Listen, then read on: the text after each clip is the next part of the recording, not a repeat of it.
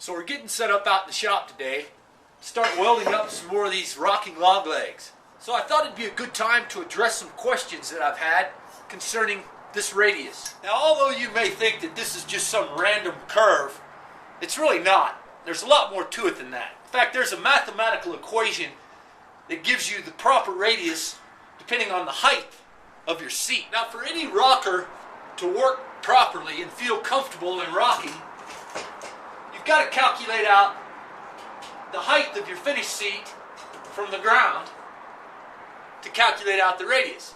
In fact, here I've got one of our child-size rockers, and you can see that this radius is not the same as this one. Now, although it may look the same, there really is a difference. And it may be subtle, but it makes a huge difference in the way the rocker actually rocks. Now, the nice thing about my blueprint is I've already taken time to do the math for this radius. And for those of you already working on your first set of rockers, you're going to need a template. There's no way you can make this radius the same every time without one. Something like this. Now, I've cut this template out of a scrap piece of OSB, but you can use anything you've got laying around. Maybe plywood or 1x8, but you're definitely going to need one of these so that you can produce your rocker the same time and time again. So let's take a minute now and I'll show you the easiest way to set yourself up one of these. Oh, and by the way, this one comes in handy for me because I've set it up for both the full-size chair and the kid size.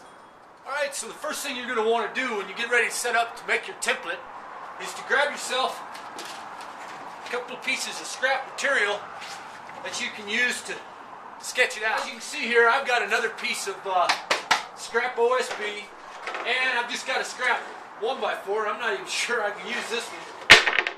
We'll make it work.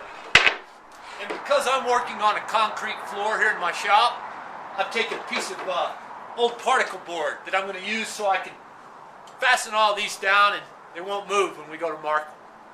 Here, I'll show you. The first thing you're going to want to do is take a minute to just fasten this, tack this down to the other so it doesn't move. Just a couple of nails. And it doesn't really matter, any orientation. It just needs to be locked down so it doesn't move. Then we'll take our 1x4 and do the same thing. Just looking for close to center. It doesn't have to be exact. Anywhere right in there close to center. And we'll do the same thing. We want to just tack this down so it doesn't move. And we'll put one more nail down on this end. Okay, so all of this is nailed down good. The next thing we'll do is pull our overall radius. So let's take a minute and talk about a radius. If we have this as our arc, it's basically a section of a full circle, which is your radius.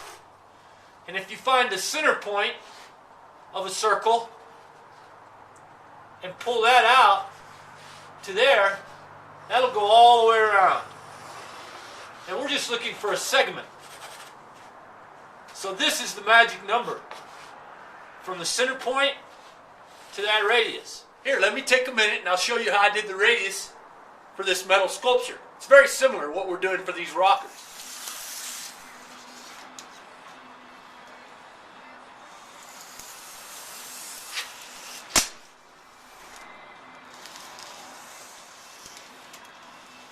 Okay, so once you've established what you need for this radius, laying it out right here is pretty simple. I'll show you. Next, you're going to want to get a small nail. I have a Tico nail here, and the idea is to get one that's small enough to fit in the groove on your tape measure, like this. Fits right over the edge, just like this. Okay, now using your hammer and your Tico nail, let's just set this right there in our 1x4.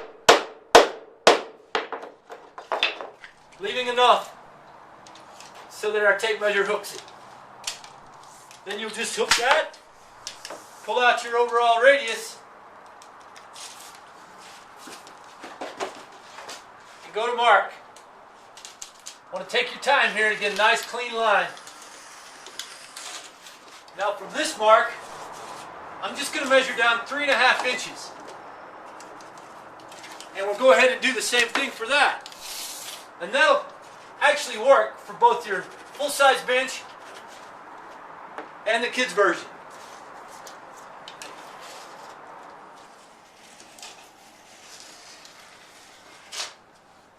It's as easy as that. So the next step is pretty simple. You're going to need a saw, preferably a jigsaw, like I've got here.